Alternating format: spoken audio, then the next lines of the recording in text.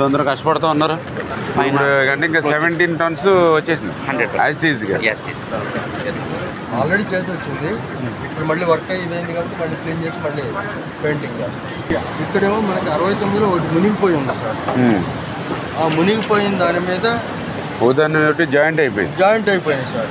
అవతల ఇంకోటి ఉంది సార్, అది కూడా సార్, అది కూడా కింద పడి ఉంది. దాని మీద కూడా ఎక్కువ ఉంది. ఇది తీస్తే కానీ మిగతా తీయడానికి లేదు సార్. ఇది తీయాలి, ముందు ఇది తీయాలి సార్. కట్ చేసి పడేయడం అంతే. ఈ నీళ్ళు అంటే ఈ పైన అంటే కట్ చేస్తారు, నీళ్ళలో కట్ చేసేది వాళ్ళు చేయగలరు అంతే. అది మామూలుగా అలా వచ్చి పడింది అంటారా, లేకపోతే 3 కలిసి వచ్చినట్టే లింక్ చేసే ఉన్నాయి సార్. లింక్ చేసి ఉన్నాయి ఉదాహరణకి వచ్చేటప్పుడు ఫోటోలు నేను అదే చెప్పిన దగ్గర ఉన్నాయి సార్. ఇప్పుడు సపోజ్ ఫస్ట్ పడవ వచ్చి దీన్ని కొట్టింది అనుకోండి, దాంట్లో ఇంకో 10 నిమిషాలు 5 నిమిషాలు గ్యాప్ ఉంటే ఆటోమేటిక్ ఇక్కడ ప్రవాహం తగ్గిపోద్ది. ఈ కాలం దగ్గర తగ్గిపోద్ది. ఎప్పుడైతే ఇది వచ్చిందో ఆ కాలం వైపు వెళ్తుంది రెండోది. అలా వెళ్ళకుండా ఒక చోటకి వచ్చినట్టే లంకే ఉంది, అడిగి పోకండి. రేపే చూసండి, అదే వీలైనంత రేపే ఎర్లీ అవర్స్లో మొదలు పెట్టండి. రేపు ఏదో రకంగా క్లియర్ చేయాలి. మీకు ఎఫెక్ట్ ఎక్కువ పెట్టండి.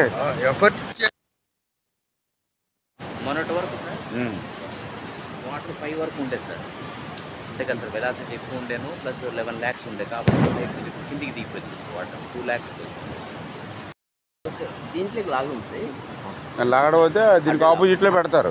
ప్రకాశం బ్యారేజీ ముప్పు పెట్టాలి, ఈ యొక్క ప్రభుత్వానికి ఊపిరి సలపనివ్వకుండా సమస్యలు సృష్టించాలనేటువంటి ఒక కుట్రతో ప్రయత్నం ఉన్నట్టుగా కనపడుతూ ఉంది. పడవలు ఢీ కొట్టి దెబ్బతిన్నటువంటి కౌంటర్ వెయిట్స్ ఏవైతే 3 కౌంటర్ వెయిట్లు ఉన్నాయో చాలా సమర్థవంతంగా, ఎందుకంటే 15-18 రోజులు సమయం పట్టేటువంటి ఆ కౌంటర్ వెయిట్స్ని కేవలం 5 రోజుల్లోనే మరి మా ఇంజనీర్లు, అదేవిధంగా కన్నం నాయుడు గారు వీళ్ళంతా ఒక టీమ్గా వర్క్ చేసి ఆ 17 టన్నులు కూడా కాంక్రీట్ దిమ్ముతూ ఉంటే అట్లా డిలే అవుతుందని వాళ్ళ టెక్నాలజీని ఐరన్ను కూడా ఉపయోగించి సేమ్ అదే వెయిట్ని క్లియర్ చేసి వితిన్ 5 డేస్లో అమర్చేశారు. కానీ వైసీపీ కుట్రతో ఏదైతే పడవలు ఏదైతే ఉన్నాయో వాటిని వెలికి తీయాలంటే చాలా ఇబ్బందిగా ఉన్నటువంటి పరిస్థితి. ఆ రోజు కూడా 3 బోట్లు కూడా కలిసి వచ్చినాయి అని చెప్పి కొంతమంది వీడియోస్ కూడా పెడుతూ ఉన్నారు. అంటే ఇది ఉద్దేశపూర్వకంగానే కుట్రపూరితంగానే, ఎందుకంటే ఒక 40 టన్నులు ఒక పడవని 3 పడవలకు మిక్స్ చేసి 3 40 120 టన్నుల వెయిట్ని ఒకేసారి ప్రకాశం బ్యారేజ్ మీదకి, అది కూడా పీక్ స్టేజ్లో 11,40,000 క్యూసిక్కులు నీరు వచ్చేటువంటి సమయంలో పంపించారని అంటే నిజంగా ఎంత కుట్ర, మాకు కూడా ఎంత బాధ ఆవేదన ఒక రైతు బిడ్డగా కూడా.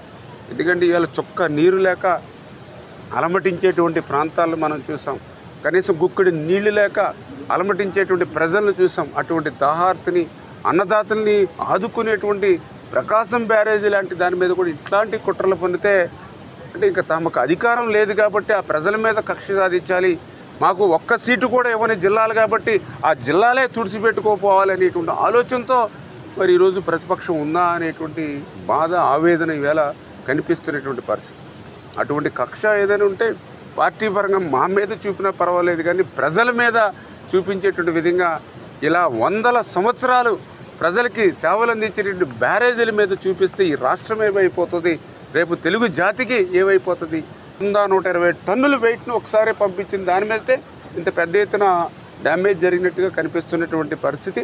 అంటే నిజంగా అది కౌంటర్ వెయిట్ను కాకుండా ఏదైతే ఆ స్ట్రక్చర్ని కనుక తగిలి ఉంటే ఆ స్ట్రక్చర్ ఎఫెక్ట్ అవుతే నిజంగా ఈ యొక్క 2-3 జిల్లాలు కూడా తుడిచిపెట్టుకుపోయి బంగాళాఖాతంలో కలిసిపోయి దివిసీమ కంటే కూడా ఎక్కువ నష్టం జరిగేటువంటి పరిస్థితి దుస్థితి ఉంటుంది. మరి ఈవేళ ఏదైతే చాలా క్లియర్గా నిన్ననే ఎవరైతే నిందితులు ఎవరైతే ఉన్నారో వాళ్ళని కూడా రిమాండ్కి పంపించడం జరిగింది. ఏదైతే ఈవేళ వాస్తవాలు కూడా ఒక్కొక్కటి వెలికిలోకి వస్తూ ఉన్నాయి. చాలా క్లియర్గా ఎవరైతే రామ్మోహన్ మరి ఆయన తలసర రఘురాముకి మేనల్లుడు దగ్గర రిలేషన్ అని చెప్తూ ఉన్నారు, ఎవరైతే ఆయన ఉషాద్రి ఎవరైతే ఉన్నారో పక్క వైఎస్ఆర్సీపీ నాయకులు వాళ్ళందరూ కూడా గతంలో అక్రమంగా ఇసుకను ఉపయోగించేటటువంటి పడవలని చెప్పి స్థానికులు చెప్తున్నటువంటి పరిస్థితి.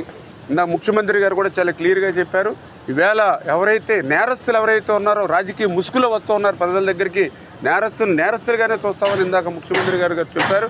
ఖచ్చితంగా రేపు తెలుగు రాష్ట్ర భవిష్యత్తు చూస్తా, ఏదైతే తెలుగు ప్రజల భవిష్యత్తు చూస్తా ఆ నేరస్తులుగానే శిక్షిస్తామనే విషయాన్ని కూడా తెలియజేసుకుంటూ